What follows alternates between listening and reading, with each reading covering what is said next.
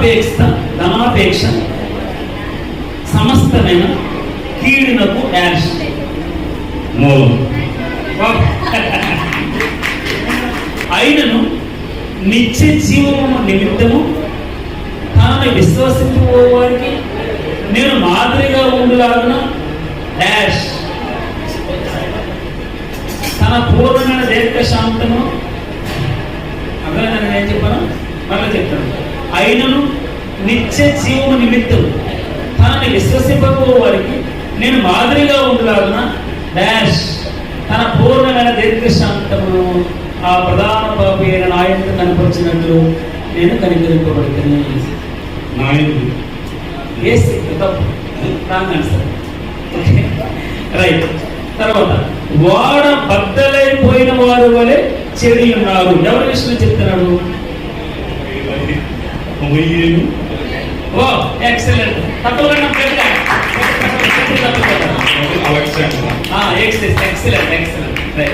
అమ్మ గట్టిగా తప్పలు పట్టాలి. మంచిది. మనం సంపూర్ణ భక్తి ఏమి కలిగి మాన్యత అన్నట్టు క్వాలిటీ ఎక్సలెంట్.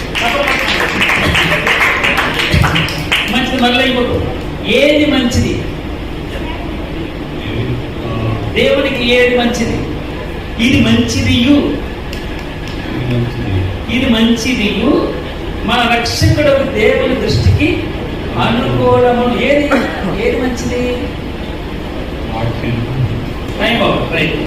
యేసుక్రీస్తు విమోచన క్రయధనంగా తను తానే సమర్పించుకొను. దీనిని కూర్చిన సాక్ష్యము ఎప్పుడెప్పుడు ఇవ్వబడను. ఆ సాక్ష్యం ఎప్పుడెప్పుడు? యేసుక్రీస్తు వారు చనిపోయి తిరిగి లేచాడు. అది ఎప్పుడెప్పుడు ఇవ్వబడను. ఇంకో విధంగా ఈయన అందరి కొరకు విమోచన క్రయధనంగా తను తానే సమర్పించుకొను. దీనిని కూర్చిన సాక్ష్యము ఎప్పుడు ఇవ్వబడును.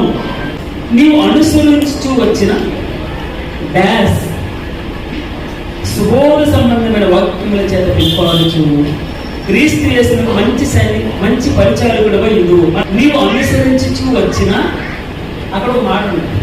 సుబోధ సంబంధమైన వాక్యముల చేత పిలుపాలుచు డాష్ సుబోధ సంబంధమైన వాక్యముల చేత పిలుపాలుచు క్రీస్తు యేసును మంచి పరిచారకుడుగా ఇందు.